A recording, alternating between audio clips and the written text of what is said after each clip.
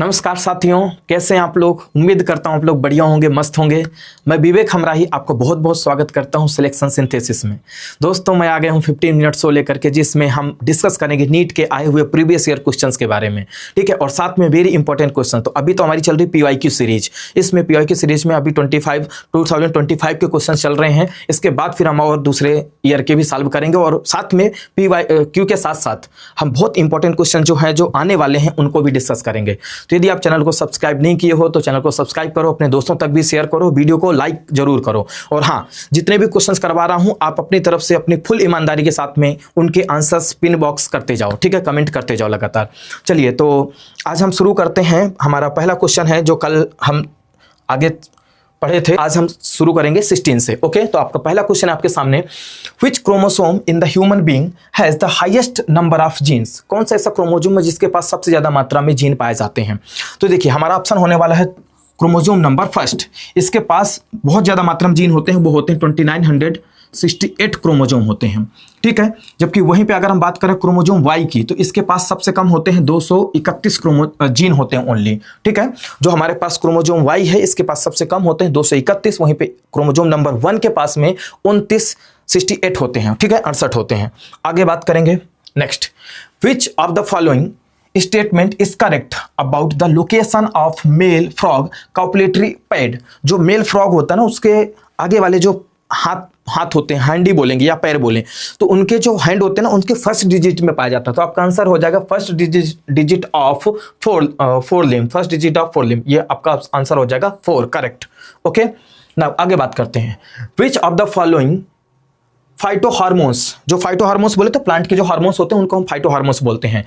Promote nutrients mobilization which helps in the delay of leaf senescence in plants. देखो, plants में सीधी सी बात है, अगर न्यूट्रिएंट्स वगैरह बहुत अच्छे से मिलता जाएगा तो उसका जो लीफ का जो एजिंग है, सेनेसेंस बोले तो एजिंग, जल्दी बूढ़ा हो जाना, ठीक है, पत्तियां पीली होकर के गिर जाना, तो उस सेनेसेंस को रोकेगा, डिले करता है। तो ऐसा जो हार्मोन होता है उसका नाम है साइटोकाइनिन। ये मोबिलाइजेशन करने में बहुत मदद करता है, ठीक है। जबकि आपके पास दूसरे भी है, जैसे इथाइलिन है, तो ये फ्रूट पकाने में मदद करता है। अब्सिसिक एसिड है, ये डोरमेंसी को प्रमोट करता है। वहीं पे जिब्रेलिक एसिड है, डोरमेंसी को रोकता है, ब्रेक करता है। तो इन सब के अपने अलग अलग फंक्शन है। साइटोकाइनिन एक ऐसा हार्मोन है जो इस फंक्शन को परफॉर्म करता है। ओके, नाउ आगे बात करते हैं। 19 नंबर क्वेश्चन है, while trying to find out the characteristics of newly found animals, researchers did the histology of adult animals and observed the cavity with presence of mesodermal tissue towards the outer wall या body wall, but no mesodermal tissue was observed towards the alimentary canal।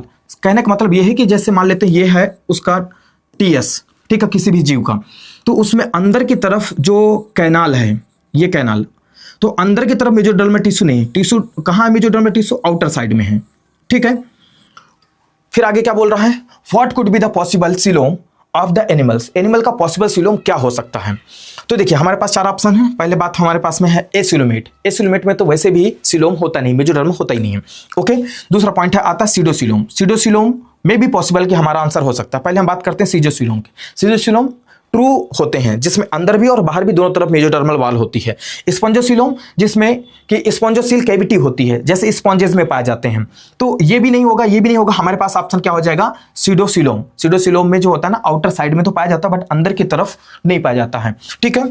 आगे next question हमारे पास में, match list first and list second. हमारे पास 2 list हैं, दोनों को match करना है। देखिए, head, middle piece, acrosome, that mean sperm की बात कर रहा है। तो हेड में क्या होता है बेटा, जेनेटिक मटेरियल होता है 4th नंबर पे। तो ए का 4th कौन सा है, ये दोनों देखो, पहले इनकरेक्ट हो गए। अब हमारे पास 2 हैं, ठीक है। मिडिल पीस के पास क्या होता है बेटा, एनर्जी प्रोड्यूस करने के लिए बहुत सारी माइटोकॉन्ड्रिया होती हैं। एक्रोजोम के पास क्या होता है, एंजाइम से भरे होते हैं, ठीक है। और साथ में जो टेल होता है, टेल स्पर्म की मोटिलिटी को प्रमोट करता है या करवाता है। तो अब हमारे पास में मिडिल पीस बी का क्या हो जाना चाहिए, 3rd। बी का 3rd है, दोनों में बी का 3rd है। फिर आगे सी का 1st है, सी का 1st इसमें है, तो ये हमारा फर्स्ट ऑप्शन करेक्ट हो गया। ओके, अब आगे, given below are the stages in the life cycle of pteridophytes. Pteridophyte की लाइफ साइकिल में पार्ट दिए गए हैं, ठीक है। Arrange the following stages in the correct sequences. अब उसको हम करेक्ट सीक्वेंस में उसको अरेंज करना है, जो भी हमारे पास में 5 ऑप्शंस दिए गए इनमें से। तो देखो प्रोथैलस है, फिर meiosis in spore mother cell, उसके बाद फर्टिलाइजेशन है, formation of archegonia and antheridia in gametophyte, last में हमारे पास में है transfer of antherozoids to the archegonia in the presence of water. तो इसको अरेंज करना है सीक्वेंस में, ठीक है। तो देखो सबसे पहला क्या होता है ना कि मियोसिस होता है, मियोसिस होता है सबसे पहला फर्स्ट नंबर पे, इसको हम नंबर 1 दे देते हैं। फर्स्ट नंबर मियोसिस होगा स्पोर मदर सेल में, जिससे कि क्या बनेंगे, स्पोर्स बनेंगे। स्पोर्स बनने के बाद फिर क्या होगा उसमें बेटा, प्रोथैलस बनेगा, ठीक है, क्योंकि ये जो स्पोर्स होंगे ये अलग चले हो जाएंगे और जा करके कहीं पर भी जो स्पोर्स होते हैं ना इसके आगे चल के प्रोथैलस बनाते हैं। प्रोथैलस एक ऐसा स्टेज होता है ना जहां पे वो सेल्फ बोल सकते हैं फोटोसिंथेसिस होते हैं, फ्री लिविंग होते हैं, फोटोसिंथेसिस होते हैं, तो कहीं पर भी सैडी प्लेसेस में ग्रो करेंगे प्रोथैलस। अब इस प्रोथैलस में क्या होगा बेटा, फॉर्मेशन ऑफ आर्किगोनिया होगा। तो अब हमारे पास में इसमें फर्स्ट नंबर इसको दिया था, इसको हम सेकंड नंबर देते हैं और इसको हम देते हैं थर्ड नंबर, ठीक है। तो ये होगा फॉर्मेशन ऑफ आर्किगोनिया और साथ में एंथ्रीडिया, मतलब मेल और फीमेल गैमेटोफाइट दोनों बनेंगे, ठीक है। उसके बाद फिर क्या होगा, ट्रांसफर ऑफ एंथ्रोजॉइड। अब इनके अंदर जो गैमीट्स बनेंगे वो ट्रांसफर होंगे। तो लास्ट हमारे फोर्थ हमारे पास में हो जाएगा transfer of antherozoid and archegonia, ठीक है, इन the presence of water. Water के प्रेजेंस में होता है, इसलिए हर जगह नहीं पाए जाते हैं ये टेरिडोफाइट्स, है ना, जहां पे वाटर की प्रेजेंस होती है वहां पर होते हैं, हर जगह नहीं मौजूद होंगे। लास्ट हमारे पास में 5th नंबर पे आएगा फर्टिलाइजेशन, फर्टिलाइजेशन हो जाएगा फिर, ओके। तो अब हमारे पास में इसको सिलेक्ट कर लेते हैं। पहले हमारा बी है, तो ये दोनों कट गए, बी दोनों में है, फिर उसके बाद ए है, दोनों में ए है, फिर उसके बाद थर्ड नंबर पे डी है, डी हमारे पास में इसमें है, ये करेक्ट इनकरेक्ट हो गया, हमारा करेक्ट हो गया, ओके। अब आगे बात करते हैं।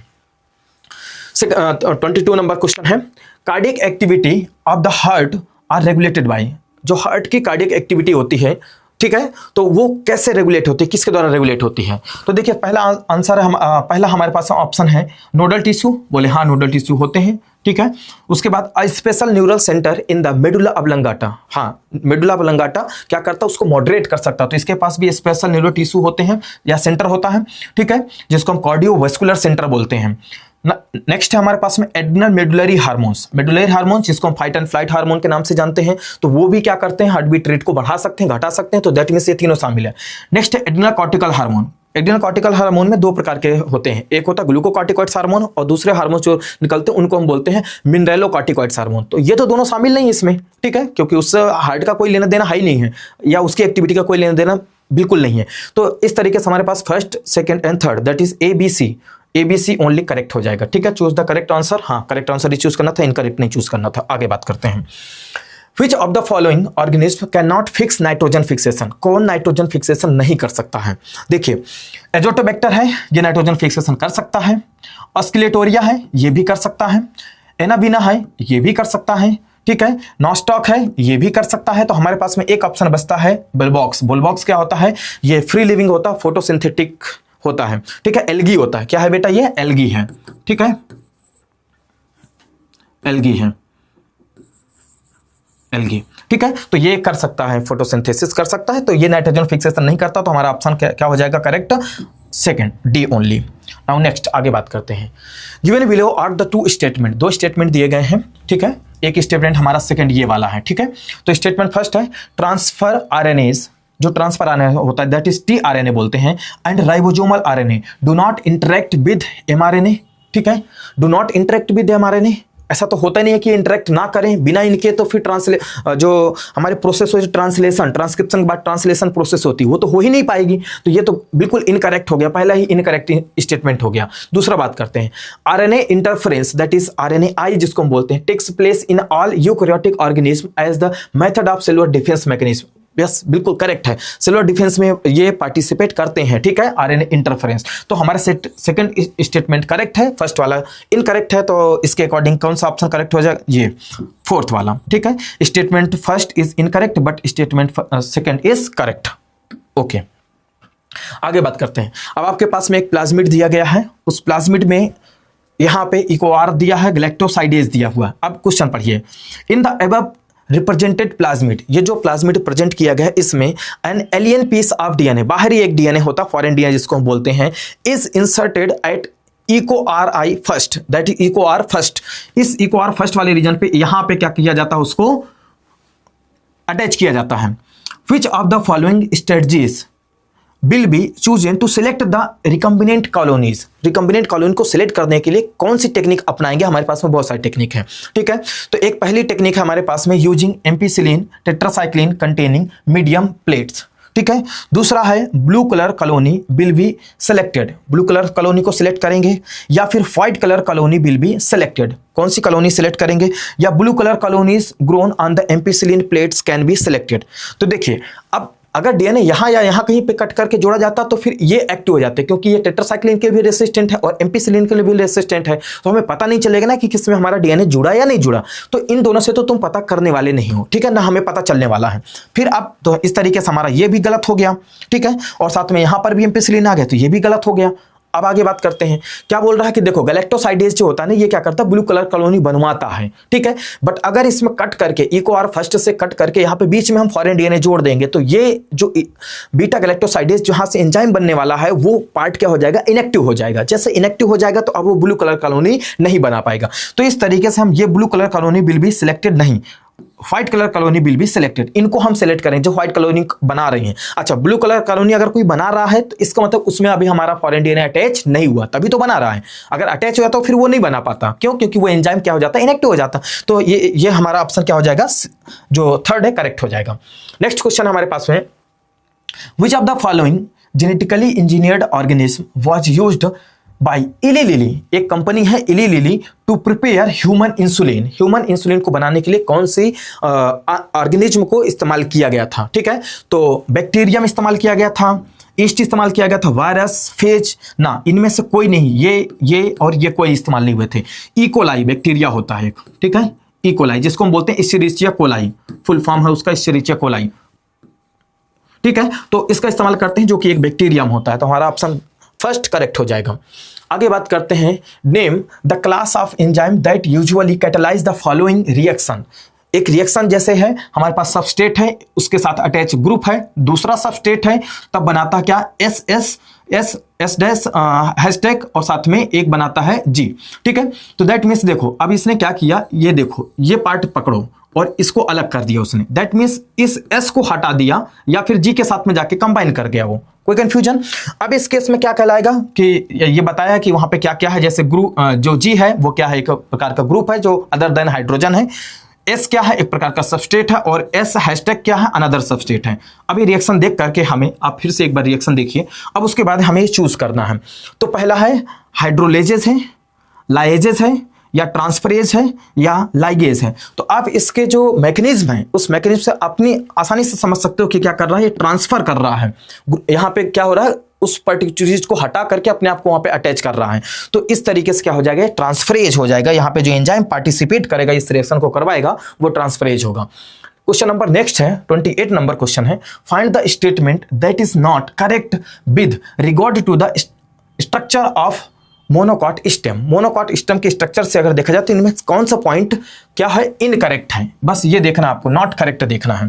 तो हाइपोडर्मिस इज पैरेनकाइमेटस, पहले ही ऑप्शन मिल गया, पैरेनकाइमेटस नहीं होता, स्क्लेरेनकाइमेटस होता है। बाकी vascular bundle are scattered, correct है, ठीक है। Vascular bundles are conjoint and closed, conjoint closed, अगर ओपन होता तो भी इनकरेक्ट हो जाता, बट ये करेक्ट है, ठीक है, तो ये भी करेक्ट है, ठीक है। फ्लोएम पैरेनकाइमा इज अब्सेंट, यहाँ पे फ्लोएम पैरेनकाइमा अब्सेंट होता है, बिल्कुल करेक्ट है। तो इस तरीके से हमारा फर्स्ट ऑप्शन करेक्ट हो जाएगा, दैट इज हाइपोडर्मिस इज स्क्लेरेनकाइमेटस। यहाँ पे क्या लिखा है, पैरेनकाइमेटस लिखा हुआ है, इसलिए, ठीक है। आगे बात करते हैं, question number 29, the correct sequence of event in the life cycle of bryophyte is. Bryophyte की लाइफ साइकिल में अगर देखा जाए तो कौन सा करेक्ट सीक्वेंस है, ठीक है। तो उस करेक्ट सीक्वेंस को पता करते हैं। पहला है हमारे पास fusion of antherozoid with egg, क्या ये है पहला। दूसरा है attach of gametophyte to the substratum, ये है। अब देखो, सबसे पहले तो ब्रायोफाइट के बारे में जानो कि उनकी जो बॉडी होती है वो गैमेटोफिटिक होती है, ठीक है। बहुत कम समय के लिए क्या होते हैं, वो स्पोरोफिटिक होते हैं। तो इस तरीके से attachment of gametophyte to the substratum, ये हो गया, गैमेटोफाइट की बात कर रहा है। Reduction division to produce haploid spores, अब इसमें रिडक्शन डिवीजन की बात कर रहा है। नेक्स्ट है फॉर्मेशन ऑफ स्पोरोफाइट। नेक्स्ट है release of antherozoid into water. तो ये कुछ इसके पॉइंट्स हैं, ठीक है। अब हम बात करते हैं, देखो सबसे पहले क्या होगा बेटा, जो गैमेटोफाइट होगा ये बी फर्स्ट अपना पहला आएगा, इसको हम पहला बोलेंगे कि जाकर किसी सबस्टेशन से अटैच हो जाएगा। फिर क्या करेगा, रिलीज एंथ्रोजॉइड, ये एंथ्रोजॉइड रिलीज करेगा, तो ये सेकंड हो जाएगा हमारे पास में। फिर क्या हो जाएगा, जो एंथ्रोजॉइड रिलीज हुआ वो जाकर के किसी एग के साथ फ्यूज करेगा, थर्ड नंबर। तो इस तरीके से हमारे पास में किसमें, फर्स्ट बी, तो ये इनकरेक्ट हो गया, ये इनकरेक्ट हो गया। फिर बी ई ए, तीनों में, दोनों में ही एक जैसा है। आगे बात करते हैं, जैसे फ्यूजन हो जाएगा तो उसके बाद अब क्या होगा, तो बोले reduction division to produce haploid spores, formation of sporophyte.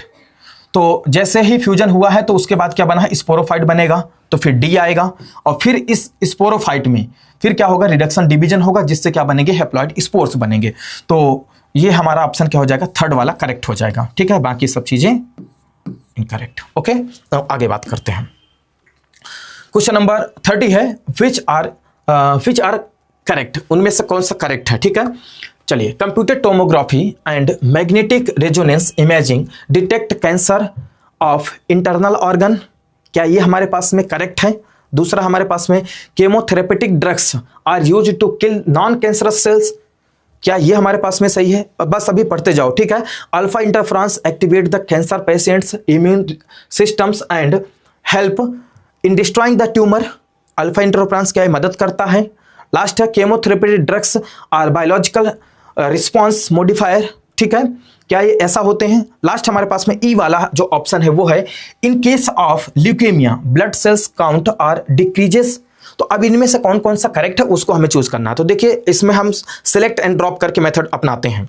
देखिए, इन केस ऑफ ल्यूकेमिया, ल्यूकेमिया जब भी होता है ना तो उसमें व्हाइट ब्लड सेल्स वगैरह बढ़ती हैं। ठीक है, तो एक तो हमें ये डिक्रीज गलत हो गया, एक तो ये गलत हो गया। दूसरा है chemotherapeutic drugs are biological response modifier, नहीं, ये बायोलॉजिकल रिस्पांस मॉडिफायर भी नहीं होते हैं। ओके, आगे बात करते हैं।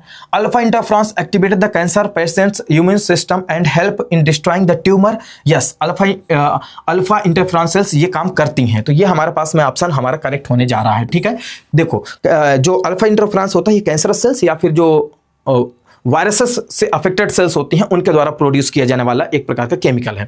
ठीक है, नेक्स्ट है, chemotherapeutic drugs are used to kill non cancerous cells, क्या ये नॉन कैंसरस सेल को डिटेक्ट कर मतलब किल करने में मदद करता है। तो बोले नहीं सर, ये गलत है, इसमें कैंसरस सेल्स होती हैं। जो भी हम केमिकल वाले जो ड्रग्स लेते हैं वो क्या कैंसरस नॉन कैंसरस सेल्स को मारने के लिए करेंगे कि हम कैंसरस सेल्स को मारने के लिए यूज करेंगे। तो ये भी क्या हो गया, इनकरेक्ट हो गया। अब हमारे पास में computer tomography and magnetic resonance imaging detect the cancer of internal organs, तो हमारे पास में फर्स्ट और सी करेक्ट होने वाला है। तो first and C only. Okay, ये तो उम्मीद करता हूं ये सेशन आपको बहुत अच्छा लगा होगा, समझ में आया होगा, चीज़ें बहुत आसानी से आपको क्वेश्चंस बन रहे होंगे। देखिए, आपने सिलेबस कहीं से भी पढ़ा है, अब आ गया है समय आपको प्रैक्टिस करने का। सिलेबस एक बार कंप्लीट कर लिया, 2 बार कंप्लीट कर लिया, 3 बार कंप्लीट, बस बहुत है। अब जब तक बार बार आप प्रैक्टिस नहीं करोगे तब तक क्वेश्चन आपसे बनने वाले नहीं है। तो प्लीज़ आप बार बार प्रैक्टिस कीजिए, अपने दोस्तों को भी शेयर कीजिए। चैनल अभी तक आपने सब्सक्राइब नहीं किया है, चैनल को सब्सक्राइब कर लिए, क्योंकि अब आपको रोज मिलने वाले हैं इसी तरीके से 15 मिनट शो में ढेर सारे क्वेश्चन। तो इसी शुभकामना के साथ में बाय बाय।